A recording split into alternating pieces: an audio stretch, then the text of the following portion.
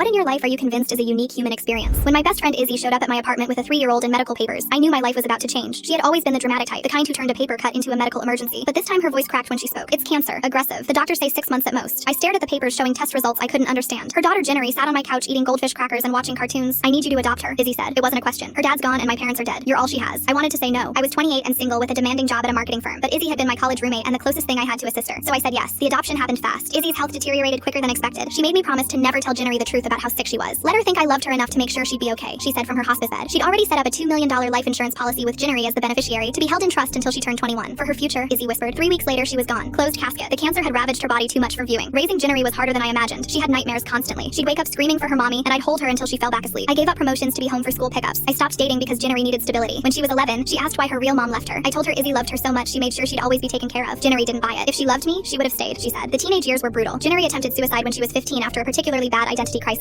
I spent my entire savings on therapy and treatment. I sold my car to pay for a specialized program. My boss threatened to fire me for missing so much work, but I didn't care. Ginnery needed me. Slowly, painfully, we worked through her trauma together. When she was 17, she called me mom for the first time. Not by accident, on purpose. Thanks, mom, she said after I picked her up from school. I cried the whole drive home. By the time Ginnery turned 20, we'd built a real life together. She was pre-med at Columbia with a full scholarship. She'd been secretly saving money from her part-time job to buy me a car since she knew I'd sold mine for her treatment. You gave up everything for me, she said. I want to give something back. She had plans for the insurance money too. She wanted to start a foundation for kids who lost parents to cancer. Maybe something good can come from the bad, she said. That's when weird things started happening. Fresh flowers appeared on Izzy's grave that I didn't leave. Ginnery got an anonymous birthday card that said, "Almost time, sweetheart." I saw a woman at Ginnery's graduation who looked exactly like Izzy, but she disappeared before I could get close. A private investigator started calling, asking about Izzy's death and the insurance policy. He said he was hired to locate beneficiaries. My gut told me something was wrong. The week before Ginnery's 21st birthday, I was making her favorite lasagna when the doorbell rang. I opened it and nearly fainted. Izzy stood there, very much alive, with a man in an expensive suit. "Hi, bestie," she said with that same dramatic flair. "I'm here for what's mine." My brain couldn't process what I was seeing. Izzy explained it all like she was telling me about her day. She'd paid off a hospice worker to fake the death certificate. She'd been living in Costa Rica under a fake name. She'd been watching us through Ginnery's Instagram for years, waiting for this moment. The man was her lawyer. He handed me papers claiming the adoption was done.